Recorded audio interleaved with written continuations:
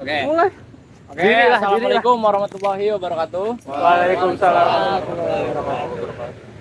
Sebelumnya, perkenalkan nama gue Cahyo Mang Yusuf selaku moderator dan Muhammad Salwarut selaku pemateri di sini.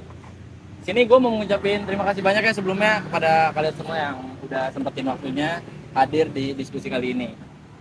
Sebelumnya udah ada yang tahu belum? Diskusi kali ini tuh tentang apa? Sosial media. Oke, nah lebih tepatnya dampak sosial media terhadap polarisasi gitu. Nah, sebelum lanjut bakal dipandu langsung sama gua dan bakal dijelaskan lebih detailnya oleh Muhammad Salwarut. Oke. Muhammad Salwarut boleh dipersilakan. Oke semua, assalamualaikum warahmatullahi wabarakatuh. Salam Om Swastiastu, Namo Buddhaya, salam kebajikan semuanya. Oke, perkenalkan nama saya Salwarut meskipun kayaknya semuanya udah kenal ya. Oke, nah jadi sebelum itu gue mau mengucapin terima kasih banyak nih buat teman-teman yang udah nyempetin waktunya buat diskusi di Pemuda Diskusi kali ini. Nah, kita sekarang bakalan bahas soal gimana sih dampak sosial media terhadap polarisasi. Nah, mungkin teman-teman sebelum ini ada yang tahu nggak apa itu polarisasi? Ada yang tahu? Oke, sebelum kita masuk ke polarisasi, kita masuk dulu ke sosial medianya ya. Jadi kenapa sih gue harus bahas ini? Karena kita itu pada dasarnya itu gampang banget dipecah belah ya. Betul. Terutama di masa-masa genting yang tahun depan ini bakalan terjadi. Ada yang tahu itu apa? Pemilu, pesta demokrasi. Betul banget, Cahyo. Pesta demokrasi. Yang dimana biasanya banyak banget terjadinya perpecahan. Nah, itulah yang disebut polarisasi. Apa itu polarisasi? Polarisasi adalah ketika masyarakat ataupun suatu kelompok itu membentuk kubu-kubu. Atau bahasa kerennya circle-circlean lah. Circle-circlean tapi dalam ruang lingkup yang jauh lebih besar dan juga dalam masyarakat. Nah, kenapa sih kita penting harus bahas hal ini? Karena biasanya ini itu bisa jadi senjata pemecah belah bangsa. Seperti contoh pada 2019 kemarin kita semua dipolarisasi oleh media sosial. Ada dua kubu, cebong dan kampret. Padahal ini tuh nggak sesimpel itu. Dan juga kita perlu ingat teman-teman bahwa pendapat tuh bukan benar dan salah, tapi ada juga kemungkinan. Hidup ini bukan cuma hitam putih, tapi ada juga abu-abu. Nah, jadi maka dari itu gue mau bakalan bahas nih lebih lanjut. Gimana sih dampak sosial media itu membentuk pemikiran kita, pola pikir masyarakat kita, sehingga bisa memperpecah belah bangsa. Karena menurut gue ini penting banget ya. Karena ketika kita anak muda aja nggak bisa mencegah hal ini, gimana orang-orang tua kita? Mungkin kalian bisa berpikir, ah bodo amat lah itu mah orang-orang. Tapi kalian ingat, ada kasus di mana suami istri cerai pindah rumah gara-gara beda pilpres. Beda pilihan pilpres. Dan juga ada dua kelompok yang berantem, tawuran karena beda pilihan. Kalian bisa bayangin betapa bodoh dan dangkalnya pemikiran polarisasi ini. Dan ini semua tidak lepas dari perannya dari sosial media. Oke, sekarang kita bakalan bahas lebih lanjut lagi.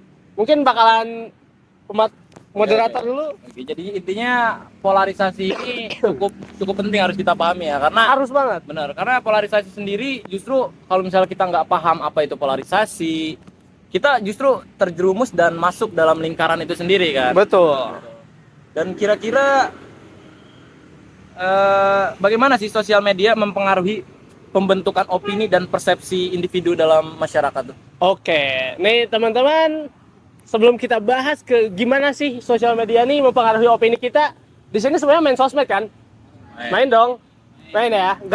Maksudnya ya nggak mungkin lah orang zaman sekarang, apalagi seumuran kita nih, nggak main sosmed, mustahil banget lah. Nah, teman-teman tuh tahu nggak sih apa definisi sosmed itu sendiri? Mungkin ada yang punya pendapat soal sosmed ini sendiri, atau apa sih sosmed buat kehidupan kalian? Ada yang ingin berpendapat? Mungkin ada yang ingin berpendapat dan Ya. menjawab apa itu. Mungkin dari Ilham? Ini rekam, tolong. Sosial media itu apa ya? Bilang komunikasi jarak jauh. Oh, komunikasi. Jadi media komunikasi ya? Iya. Oh. Selain itu ada nggak peran media sosial ini di kehidupan lo gitu? Ada, Apa tuh? termasuk semisal kayak WA, WhatsApp atau Instagram dan lain-lain banyak. Oke, nah kalau menurut Bintang gimana nih Tang? Media sosial ini apa sih Tang buat Bintang? Media sosial kalau buat gua tuh kayak platform digital gitu ya kan. Kayak bisa berhubungan nih kita jarak jauh. Terus itu aja sih. Oh itu aja. Mungkin ada lagi yang ingin menambahkan? Terus sono. Udah dulu dah. Oh udah dulu. Ini kita membuka sesi pendapat atau Iya, apa sesi tuh? pendapat dulu ya. Bukan salah atau benar ya. Tadi benar yang dikatakan Warut. Di dunia ini bukan hanya ada hitam dan putih, tapi ada abu-abu. Jadi kalian silahkan untuk melontarkan pendapat kalian terkait apa itu sosial media. Betul banget. Nah, teman-teman nih, gimana? Punya pendapat sendiri gak? Soal peran sosmed bagi kehidupan kalian? Media pengedar bukan sih? Kenapa? Media pengedar. Media pengedar. Oh, mungkin berbagi informasi. Iya. Oh, gitu. Benar, Pengedar tuh agak ini ya kata-katanya. Kata-katanya Agak rancu ya, agak bahaya pengedar tuh. Ada kayak menyebar suatu informasi entah buruk atau baiknya kan. Oke, Itu pasti jadi- lebih cepat di sosmed. Jadi media informasi ya. Oke. Atau yang lain punya pandangan lain? Kalau gue sendiri tentang sosial media ini seperti pisau bermata dua. Gimana lu ngambil sisinya aja? Lu mau pakai itu buat hal positif atau hal negatif? Kan bisa nih kita kayak ngegiring masyarakat untuk beropini negatif atau enggak kita memberikan edukasi-edukasi yang baik. Oke. Jadi menurut gue tergantung pemakaiannya aja. Oke. Jadi relatif terhadap individunya Iya, ya. betul. Oke, begitu, Bu. Yang lain mungkin nih dari ladies nih. Ada mau berpendapat nggak? Ya mungkin gak beda jauh dari kalian. Media sosial menurut gue itu ya penerima informasi, terus sarana komunikasi yang bisa kita terima dengan cepat, juga informasi yang bisa kita terima dengan cepat. Jadi gimana cara kita menggunakan media sosial dengan baik itu tergantung individu kita, karena banyak banget informasi yang palsu atau yang benar. Jadi kita juga harus pintar-pintar memilah informasi dari media sosial. Itu aja sih dari gue. Makasih. Mungkin tidak mau berpendapat? Oh enggak. Oke, teman-teman, makasih ya sebelumnya udah berpendapat. Menurut gue bagus banget nih pandangan dari teman-teman juga. Sebetulnya tidak ada yang salah, tidak ada yang benar, karena ini semua perspektif. Tiap orang punya cara yang berbeda menggunakan sosial media. Tetapi benar, secara fungsional, sosial media ini sama aja kayak masyarakat. Apa artinya? Yang artinya ini masyarakat digital, sosial media ini negara, sosial media ini lingkungan, atau sosial media ini dunia. Nah, menurut beberapa para ahli, sosial media ini diartikan yaitu cara kita berbagi informasi dengan satu sama lain, tetapi melalui teknologi. Nah, tadi dari moderator kita bertanya, gimana sih sosial media ini mempengaruhi penggiringan opini kita? Mungkin teman-teman sendiri nih, mungkin secara sadar dan nggak sadar, opini, pendapat, perilaku, bahkan karakter teman-teman itu dibentuk oleh sosial media. Percaya atau tidak? Itu semua dibentuk oleh sosial media. Dari apa yang kita baca, dari apa yang kita tonton, sampai dari apa yang kita lihat di sosial media. Lalu apa kaitannya dengan opini kita? Yaitu tentu saja apa yang kita konsumsi setiap hari, apa yang kita lihat setiap hari, mempengaruhi pendapat kita terhadap satu hal.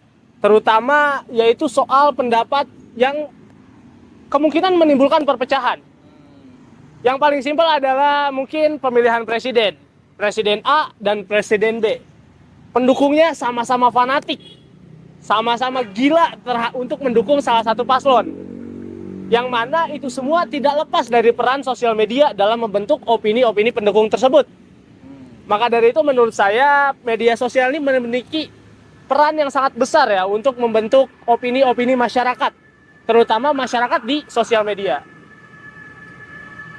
Oh iya, jadi tanpa kita sadari sosial media itu mempengaruhi hidup kita ya. Betul banget. Betul. Dan oke, mungkin ke pertanyaan selanjutnya kali ya. Boleh.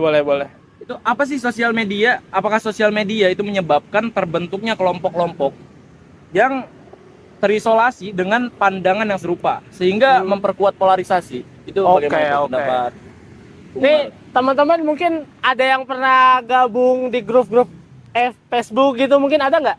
Ada. Kayak misalkan grup bisa, tapi lebih ke grup yang soal opini. Misalkan pendukung paslon A, pendukung paslon B, Ya. atau mungkin ormas-ormas, bumi datar, bumi bulat, atau soal pandangan yang berseberangan gitu. Pernah nggak? Nah, Pernah dong, pastinya pasti. dong. Nah, ini yang dimaksudkan bahwa sosial media ini juga menciptakan ruang lingkup ataupun ruang yang sangat tertutup satu sama lainnya. Yang artinya apa? Kita selalu melihat apa yang kita mau dan apa yang kita suka.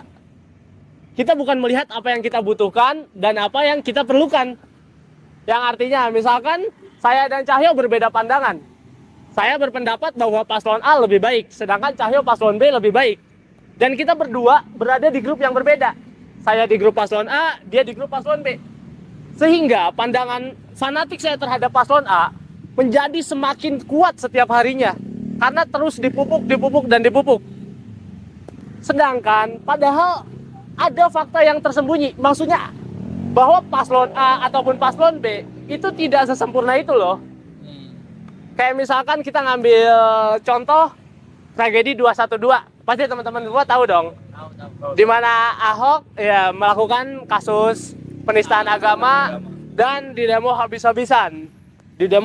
Saya tidak mengatakan bahwa apa yang dilakukan Ahok itu benar.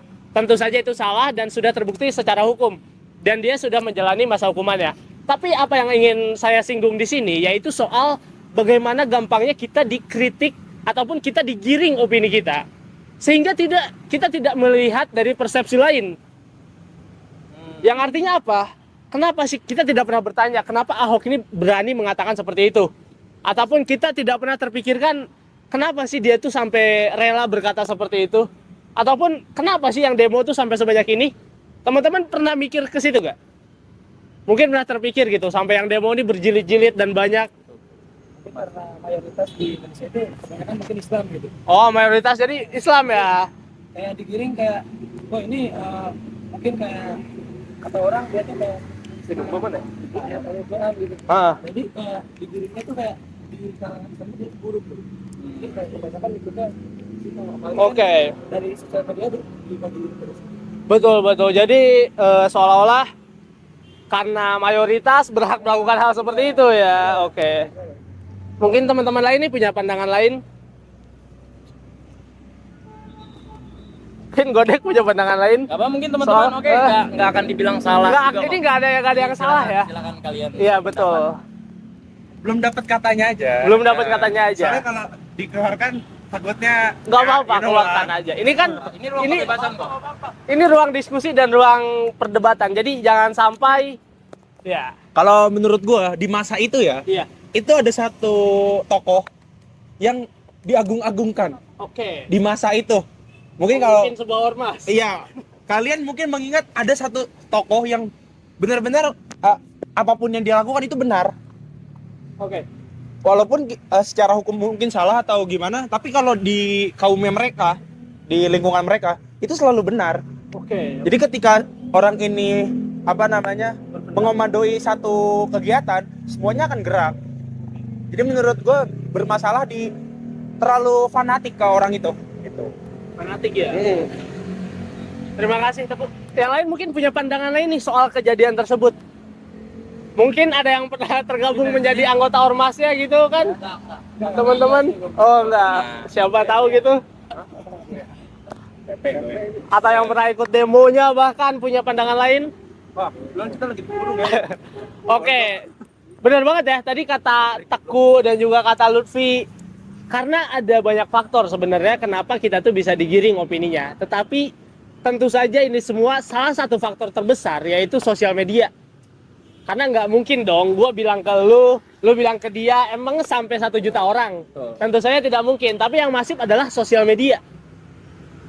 Itu artinya kita semua gampang banget nih tergiring opininya.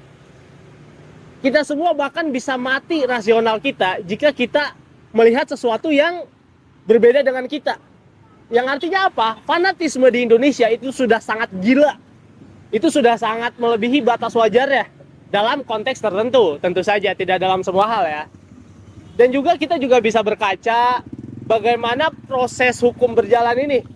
Jadi seolah-olah apa yang dilakukan oleh Ahok itu sangat-sangat fatal. Tentu saja ini sangat-sangat fatal ya. Tetapi jika kita melihat dari sisi hukum, ini tentu saja hanya pelanggaran etik ya. Pelanggaran etik, bukan pelanggaran pidana atau kriminal ya. Betul. Yang lebih tinggi lah. Apa? lebih parah dari orang-orang yang melanggar HAM berat Betul. di demonya. Dianggapnya seperti Iya. itu. Ya, bahkan pelanggaran HAM berat saja yang seharusnya di demo seperti itu, tidak di demo seperti itu. Itu semua karena ada salah satu efeknya, yaitu filter bubble. Yang artinya apa? Filter bubble, mungkin saya ingin menjelaskan sedikit kepada teman-teman. Jadi algoritma sosial media itu selalu menyuguhkan apa yang kita suka, apa yang kita mau, dan juga apa yang kita inginkan. Sehingga kalau teman-teman punya pandangan bahwa paslon A itu benar, maka teman-teman bakalan lihat paslon A itu benar terus. Iya. Tanpa pernah melihat satupun postingan ataupun satupun artikel soal artikel A yang salah ataupun kebenaran dari paslon B. Karena nggak terima. Betul. Sehingga teman-teman timbul rasa fanatisme, timbul rasa mendukung yang sangat gila ya. Maksudnya fanatisme tadi, sehingga teman-teman tidak bisa berpikir secara rasional. Ini semua dipengaruhi tentu saja oleh sosial media. Dikarenakan menurut riset dari PISA bahwa rata-rata kita orang Indonesia menggunakan sosial media sebanyak 6 jam per hari. Bisa teman-teman bayangin, 6 jam itu waktu yang satu amal loh. Sepertiga hari. Iya, sepertiga hari kita memantengi sosial media. Tentu saja itu semua sangat berpengaruh. Ketika kita melihat sesuatu hal, maka kita akan terpengaruh secara sedikit demi sedikit dan lama-lama menjadi bukit tentu saja ya. Nah, mungkin begitu bagaimana sosial media bisa mempengaruhi opini kita, Bung. Jadi sebenarnya sosial media sendiri itu yang mengubah cara pandang kita gitu terhadap apa ya, dunia lah kita. Betul anggap banget, secara betul. 100%. Kadang kalau misal kita nggak sadar, sebenarnya sosial media itu menghancurkan pemikiran kritis kita. Betul. Betul, karena kita terlalu fokus terhadap apa yang kita lihat. Misalnya kita memilih paslon A, sehingga kita hanya melihat kebenaran dari paslon A tersebut gitu. Kita nggak melihat kebenaran dari paslon B, kesalahan dari paslon A gitu. Jadi kita hanya terfokus pada ya kebenaran si paslon A gitu. Betul, Nah, itu betul. disebabkan oleh algoritma sosial media Sosial itu. media itu, betul banget. Jadi sebenarnya sosial media itu sangat sangat berpengaruh besar sebenarnya dalam hidup kita ya. Sangat, dalam keadaan sekarang gitu ya. Betul, betul. Oh, iya. Mungkin bisa dilanjut ya. Kira-kira bagaimana sih interaksi di sosial media itu mempengaruhi toleransi dan kemampuan untuk mendengarkan pandangan yang berbeda? Bagaimana tuh? Oke, jadi maaf, bisa diulang? Diulang, ya. Mempengaruhi. Bagaimana interaksi di sosial media itu mempengaruhi toleransi dan kemampuan untuk mendengarkan pandangan yang berbeda? Oke, nah, jadi gimana sih bahwa media sosial ini mempengaruhi kita dalam melihat pandangan yang berbeda ya, Ya, interaksi toleransi di media lah ya. sosial, toleransi lah. Nah, teman-teman di sini ada yang kesel gak kalau orang nih punya pendapat yang berbeda sama kita? Suka. Sering. Pasti sering dong, pasti sering ya. Dalam hal apa sih biasanya teman-teman nih suka jengkel? Ini orang kenapa beda sih sama gue pandangannya gitu? Mungkin teman-teman ada yang mau ngasih pendapat? Karena mungkin pandangan orang tersebut itu negatif dan kita pede dengan diri kita sendiri bahwasanya pandangan kita itu positif. Oh, jadi kita percaya diri bahwa pandangan kita tuh yang benar ya? Iya. Jadi Oke. merasa Oke. merasa benar. Oke. Tapi merasa beda sama beneran. Oke. Ego. Ego. Nah, teman-teman mungkin pernah ada kejadian Mungkin dari sini ada yang punya kejadian apa gitu di sosial media yang ketika kalian berpendapat terus ada orang lain yang beda pendapat sama kalian, kayak mikir, aduh kok bisa sih beda gitu pendapatnya? Gitu. Ada gak? kayak ini orang kok bodoh banget beda sama gua gitu. Kalau kejadiannya sih belum pernah sih. Belum pernah ya? Aldi Taher nggak Bang? Itu beda banget kan. Aldi Taher. Mungkin kayak bumi datar, bumi bulat. Oh, gue sih datar sih jelas. Macam itu. Gue sih enggak, walaupun belum. Oke, nah jadi interaksi kita di sosial media itu sangat mempengaruhi cara pandangan kita terhadap toleransi yang berbeda pandangan. Maksudnya gimana? Jadi ketika kita di sosial media, kita jujur aja, kita lebih suka berinteraksi di sosmed itu sama orang-orang yang sama kayak kita, yang pandangannya sama kayak kita, betul kan? Betul kan? Ya. Kita tuh nggak nyaman aja gitu kalau misalkan kita ngobrol ataupun balas komen di sosmed, tapi orang ini beda pandangannya sama kita. Apalagi terlalu berseberangan itu. Betul. males. Betul, itu tadi.